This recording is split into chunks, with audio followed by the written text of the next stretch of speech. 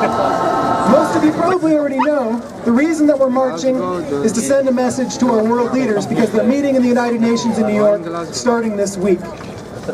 This is a climate summit. We've had climate summits before, but this one's going to be big.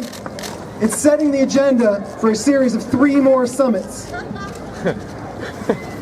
So we're going to march here in Edinburgh before the climate summit in New York. We're going to march again in Edinburgh before the climate summit in Lima. And we're going to march an even bigger crowd before the summit in Paris next year.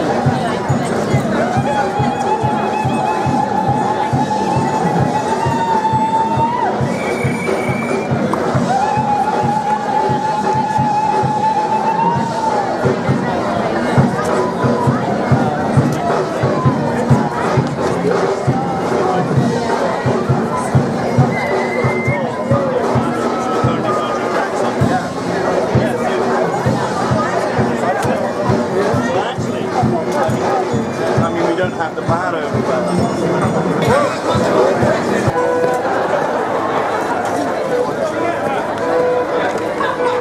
The police will help you.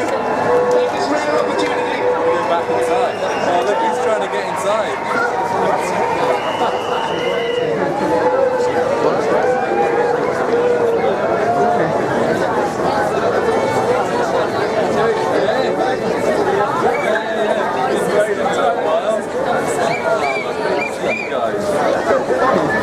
Space of time, and just think, we're going to have a huge march next June 2015, before those UN talks in December. Start preparing now. We can bring the city to a halt and make sure that everyone knows that this is an important issue. As that young chap signed down there says, I feel strongly about this matter. And we do. And one of my other favourite posters is, you know, imagine if we make a better world and it's all a hoax. But the thing is, this isn't a hoax because there is scientific consensus that our behaviour is warming the planet dangerously, and we need to see change. But we're competing against corporate vested interests. It's a struggle, so each and every one of us has a part to play. And the emphasis on renewables can transform the way we do things. We're currently enthralled to the big 6 companies. You know, competition switching from one to another, it's not good enough. I want to see energy in the hands of the people who use it. You know, the sun doesn't belong to a company, the wind doesn't belong to a company. It's a completely absurd notion. And if we start to see renewables owned by people, you know, in Denmark, 85% of renewables are owned by communities. But yeah, there's something to aim for. But because we don't have that here, we have billionaire cheerleaders jetting in from the United States to whip up opposition to wind farms. And it doesn't have to be that way.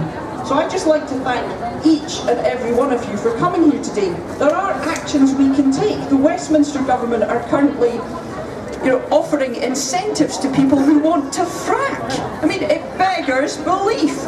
We know that we cannot burn so much of the fossil fuel that we know is currently available. It's getting more and more desperate. We have companies who want to explore the Arctic, for heaven's sake. So let's take the practical steps that we can. Look at procurement. Where are your local authorities getting their goods and gear from? It has to be locally focused. Divest. You know, companies should not be investing and profiting from investing in fossil fuels. So yeah, Edinburgh City Council, let's follow Oxford. Let's look at best practice. Let's start here at home. We've had a fantastic march today. I think the thing that's been heartening is this has all been about people.